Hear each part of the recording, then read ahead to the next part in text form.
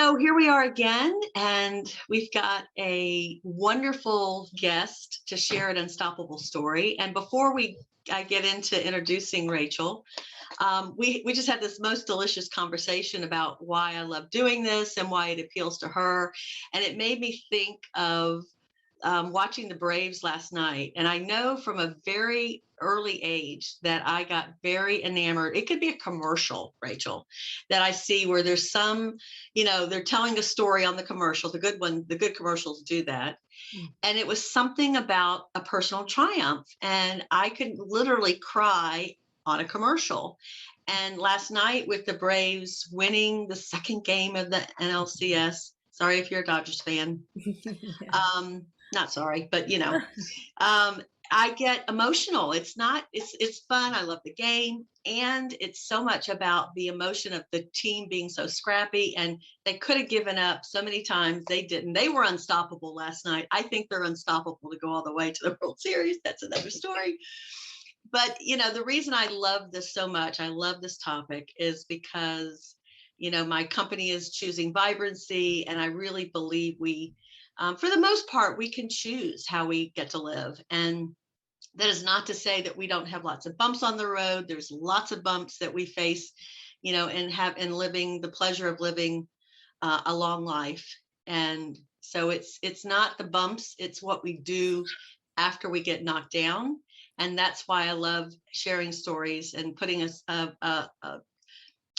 light on other people's stories, because I think we hear stories of people that have pushed through something that's been their own bump on the road, whatever that is. And it gives us all hope. It gives us a sense that, okay, she did that. I can maybe go through and keep at whatever it is that is facing me right now. Or, you'll file that away for another time when you need it. So that's why I love doing these, and this is another unstoppable story. Rachel, you have such an interesting past or interesting story, and I don't know what you're going to share. But before you get into your story, tell us a little bit about who you are and what you do. Thank you, Sherry. It's so good to be with you and to have this conversation.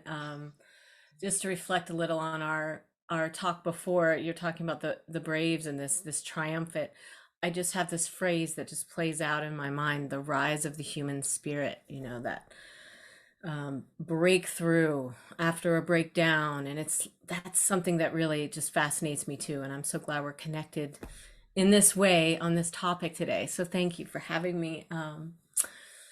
So about me, I'm Rachel Chase, and I am a yoga teacher and meditation teacher. I'm also a coach and a teacher of teachers. So I teach yoga teachers, and I teach healers, and I facilitate women's groups and healing journeys. And right now everything's online for me. I'm up in Washington State.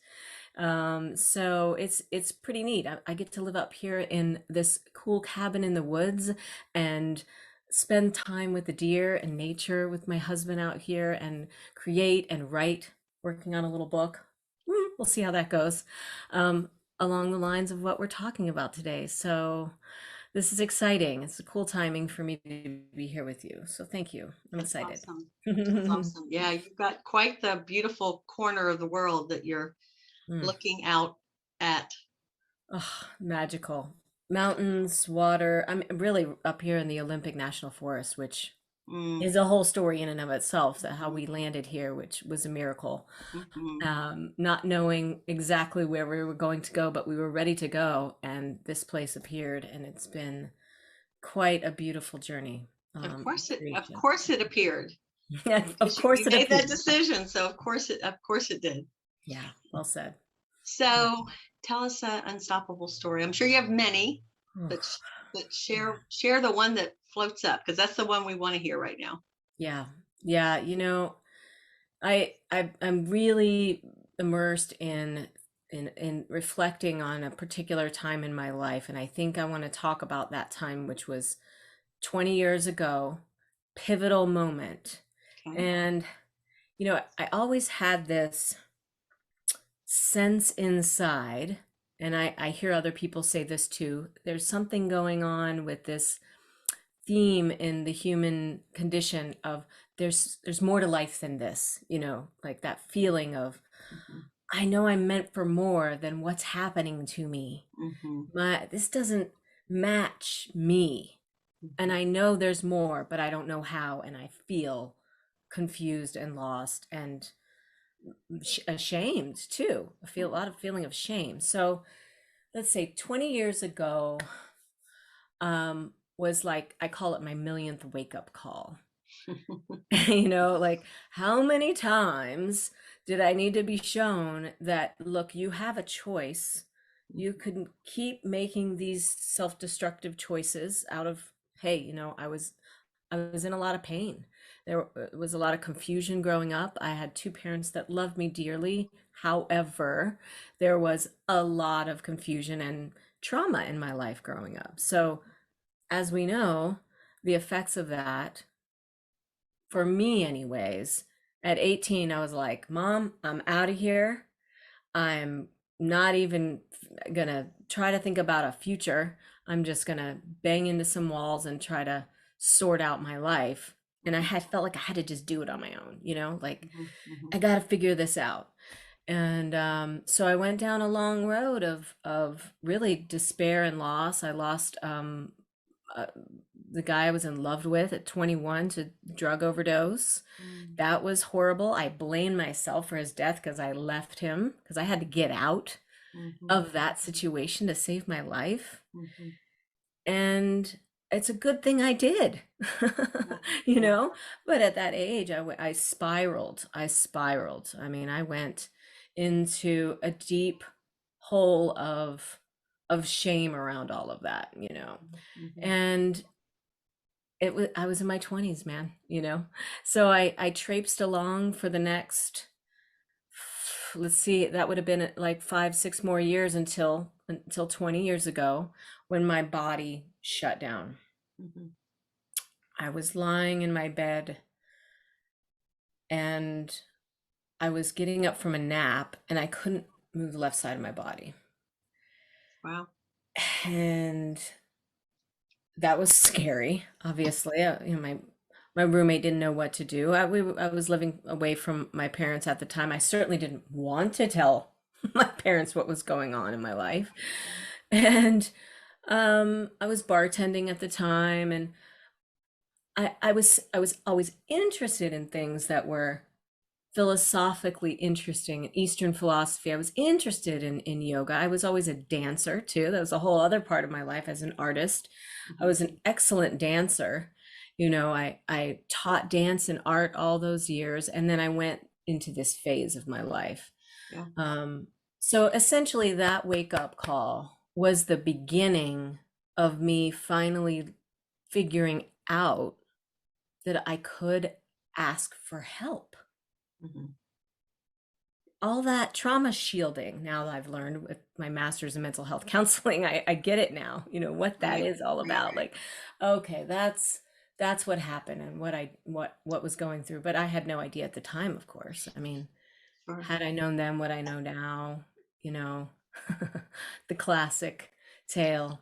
And you would, if you had, you'd be in a different place. You know, it's like, I think we go back and we go, if we'd only known that, and yeah, that's true.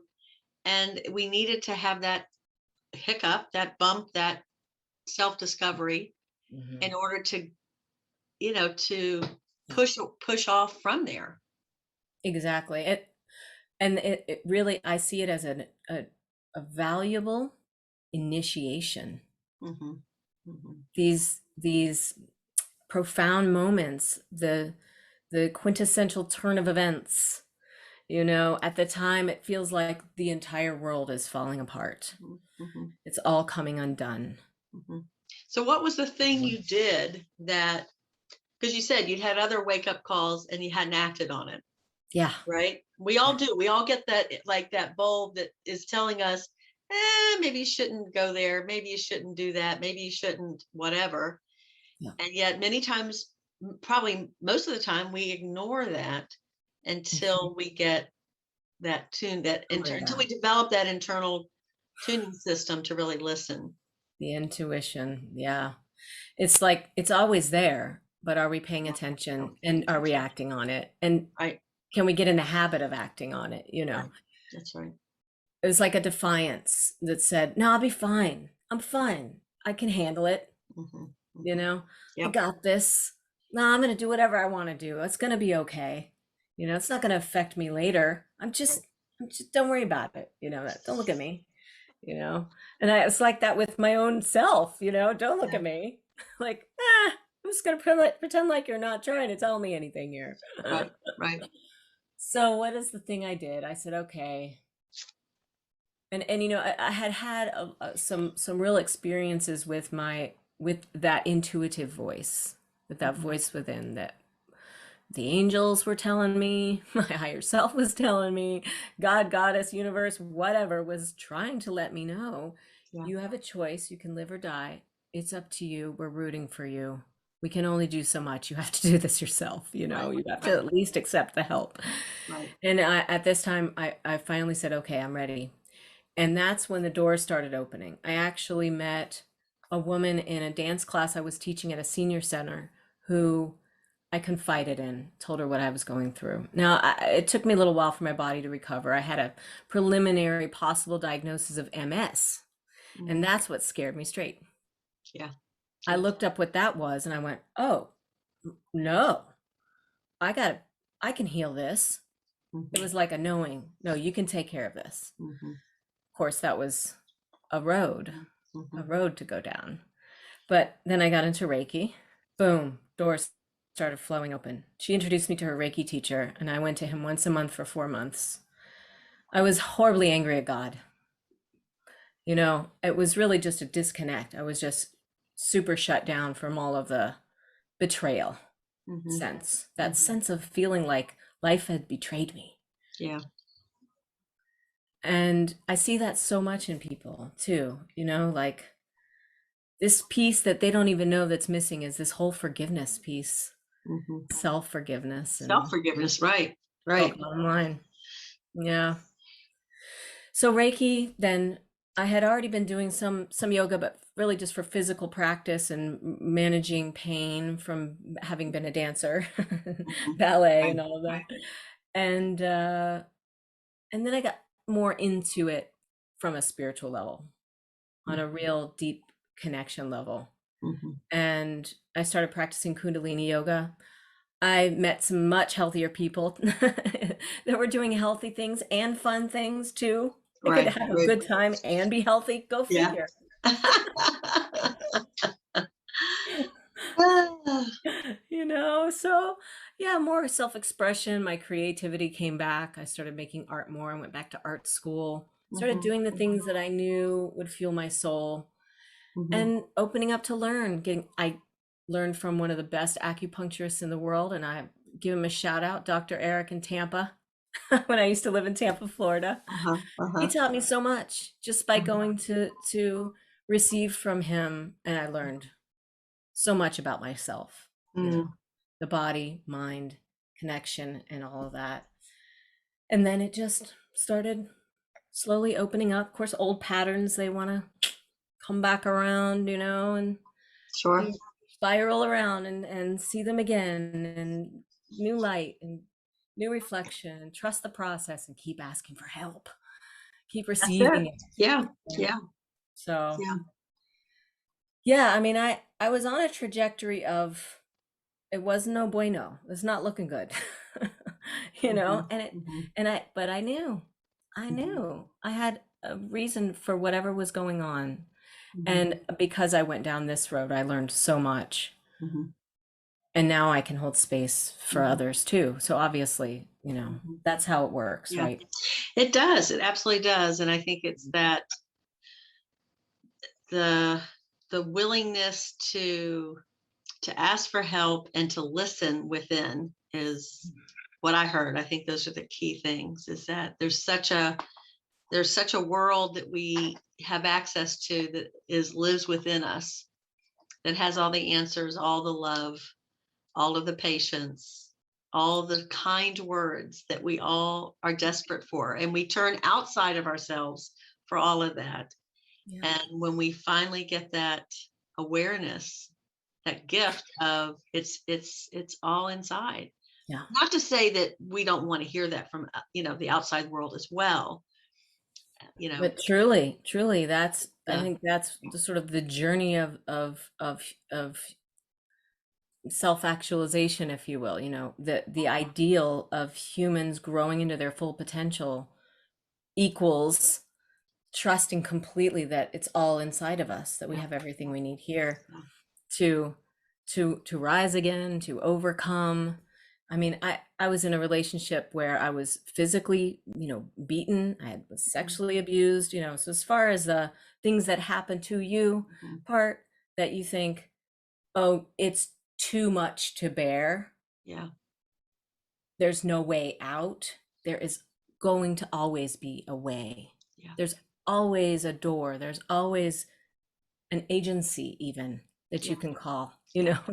there's always help. There So, is, and I yeah. think part of it is we need to list. We need to look for our teachers, our support system, because Mhm. it's a lot to do alone without having that. The people that are rooting for us, that are reminding us that we're on a journey, reminding us who we are, and helping us to see light at the end of the Reflection. tunnel. That's right. The reflection in their eyes and just in the energy of that Yeah. community support and others that see it and cheer you on and aren't going to shame you, Right. Yeah. Yeah. judge you. I hate that word shame. I really hate the word shame. It is such a, it's not, I want to say it's a low vibration word, and that doesn't do it justice. It's more than that. It's like a vampire word. Yeah, like an infection. Sucks. Yeah. Yeah. Yeah. It's Yeah. so yeah, I love how you said it is more than a low vibration word. It does have this energy to it that feels inauthentic, doesn't it? Yeah. You're right. It's right. It's like the wolf. It's not That's, an yeah. actual natural thing for a human to feel. Right. Right. Right. Pain is natural. Pain is Hmm. natural. Shame is a made up thing. It's us, it's Yep, mind screwing. So, totally. Totally. Yeah, it is not a natural human mm-mm, condition. no, no, it Mm-mm. really, it's one of those things that literally has no value. Mm-mm. It has no No. value, Mm-mm. It's so true. It's so true. because pain You has know, value. Pain has value because we learn from pain. And I know that from being a massage therapist for so many years, that, the benefit to pain is that it teaches us to listen to where's our body out of balance. Mhm.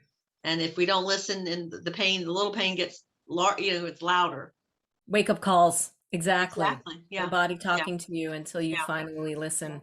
Yeah, and shame is it is so true. When you speak it, the shame just disappears. Hmm. Hmm. Yeah. Yeah. I'd like that word X out of the vocabulary. Ah, Yeah. we'll Just clear it right right. now. It's clearing it right now. It doesn't exist. Doesn't Poof. exist. Poof. Poof. Oh, I love that. I love that. There's Well, no this, need. No need. So yes, thank you. Share. It feels so good to share yeah, story with this was you. a, Yeah. yeah, I knew you'd have something really powerful and sweet. Mm, Thank you. you're welcome. Thank you. Thank you. I hope others feel that too and benefit from it. Mhm. Yeah, Yeah. I'm sure. I'm sure. Mhm.